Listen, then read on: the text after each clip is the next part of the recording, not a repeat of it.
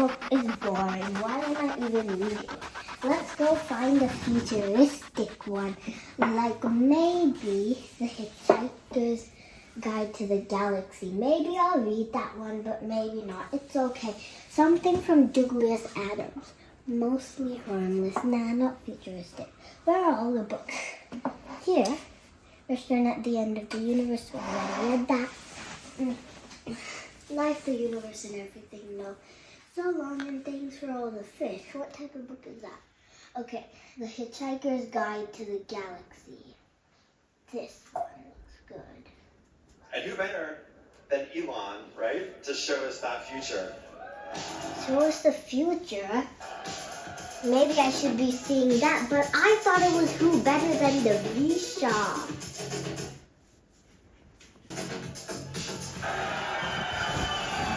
What's this? Elon Musk?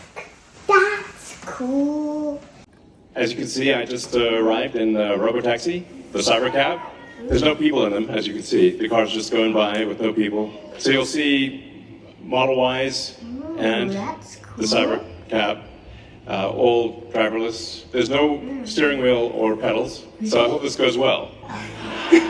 We'll find out. So we'll move from supervised full self-driving to unsupervised full self-driving, where the car, you could fall asleep and wake up at your destination. But there's also a challenge for a lot of people that cars cost too much. I mean, when you factor in everything that goes into a car, and the car insurance, and the car payments, and the storage of the car, it's very expensive. So we want, with autonomy, you get your time back. This is a very big deal. So it's not just it'll save lives, like a lot of lives, and prevent injuries. I think we'll see autonomous cars become 10 times safer than a human.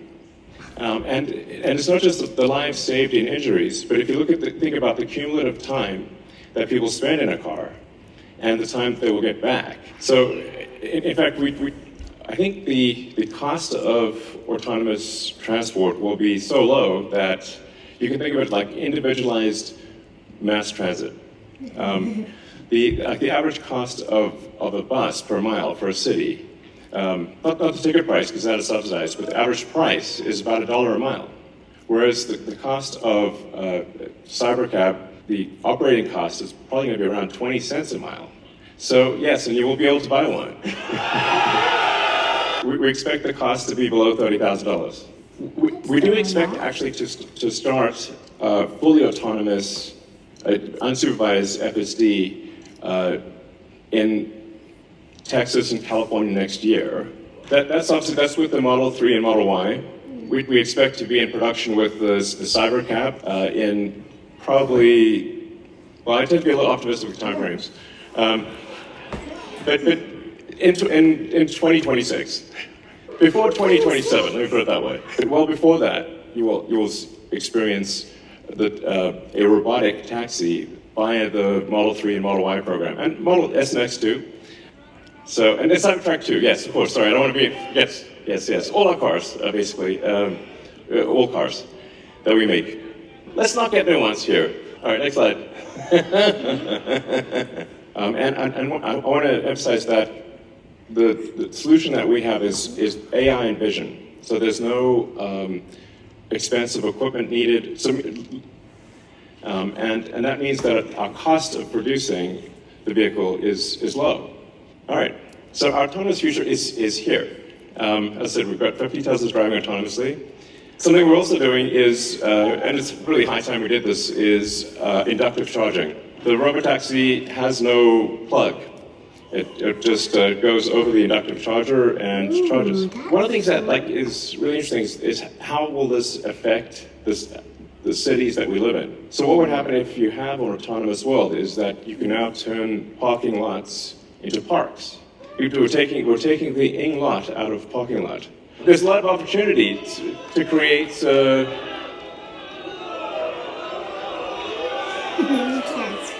green space in the cities that we live in. Also, what happens if you need a vehicle that is bigger than a Model Y? The Robovan is we're going to make this, and it's going to look like that. Now, can you imagine going down the streets and you see this coming toward you? That'd be sick. So this can carry up to 20 people, and it can also transport goods. The Robovan is what's going to solve for high density. Everything we've developed for our cars, the batteries, power electronics, the advanced motors, gearboxes, the software, the AI inference computer, it all actually applies to a humanoid robot. It's the same techniques. It's just a robot with arms and legs instead of a robot with wheels. And we've made a lot of progress. You're really going to have something spectacular, something that anyone could own. At scale, this would cost something like, I don't know, $20,000, $30,000. Probably less than a car, is my prediction long term. So, and what can it do? It'll basically do anything you want. So it can be a teacher, babysit your kids, it can walk your dog, mow your lawn, whatever you can think of, it will do. And I think this will be the biggest product ever of any kind. There's going to be maybe two, and then they'll be producing products and services. It will be an age of abundance, the likes of which people have almost no one has envisioned. It'll be something special. Let's party!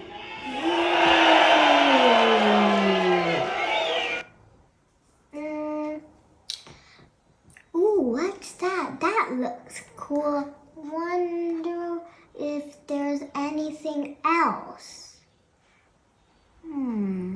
About an hour before landing in the Indian Ocean far off the coast of Western Australia. But the bottom part of the rocket that is known as the Super Heavy Booster made its way successfully back to the launch pad. It used its engines to slow its descent, and it was then caught by these enormous metal arms on the launch tower that have been dubbed chopsticks. So Elon Musk has hailed this as a big step towards making life multi-planetary.